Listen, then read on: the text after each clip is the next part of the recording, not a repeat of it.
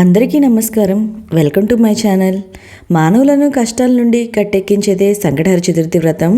గణపతికి అత్యంత ప్రీతిపాత్రమైన తిథుల్లో ప్రధానమైనది చవితి తిథి అండి. అయితే ఈ చవితి లేదా చతుర్థి పూజను రెండు రకాలుగా ఆచరిస్తారు. మొదటి వరద చతుర్థి, రెండవది సంకటహర చతుర్థి అండి. అయితే నేను ఈరోజు వీడియోలో సంకష్టహర చతుర్థి మార్చి నెలలో అనగా పాల్గొన మాసంలో ఏ రోజున వచ్చిందో, స్వామివారి నామం ఏంది, పీఠం పేరేంటి, ఇంకా ఈ రోజున చంద్రోదయ సమయం ఏంటి అనే విషయాన్ని నేను ఈ వీడియోలో తెలియజేస్తాండి.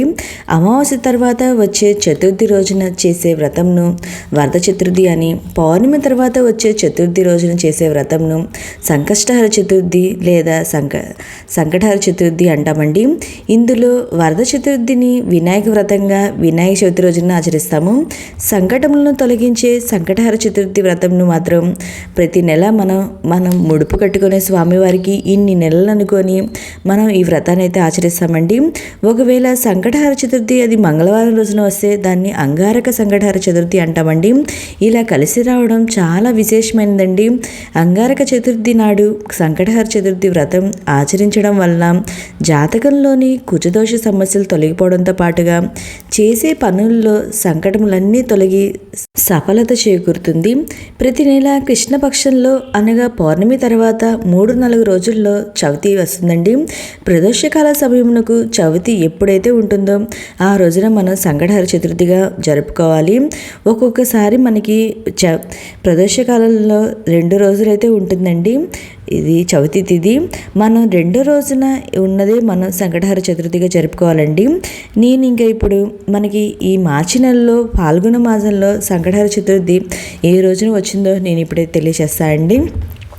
చవితి తిథి ప్రారంభం వచ్చి 2025 సంవత్సరం మార్చి 17వ తేదీన సాయంత్రము 7:33 ప్రారంభమయ్యి 2025 సంవత్సరం మార్చి 18వ తేదీ నైటు 10:09 ఈ చవితి తిథి అయితే ముగిస్తుందండి. మనకి ప్రదోషకాలంలో చంద్రోదయ సమయానికి చవితి తిథి ఎప్పుడు ఉంటుందో ఆ రోజున మనం సంకటహర చతుర్థిగా జరుపుకోవాలి. అంటే మార్చి 18వ తేదీ అనగా మంగళవారం రోజున మనం ఈ సంకటహర చతుర్థి అయితే నిర్వహించుకోవాలండి. మంగళవారం రోజున సంకటహర చతుర్థి వస్తే దాన్ని అంగారక సంకటహర చతుర్థి అంటామండి.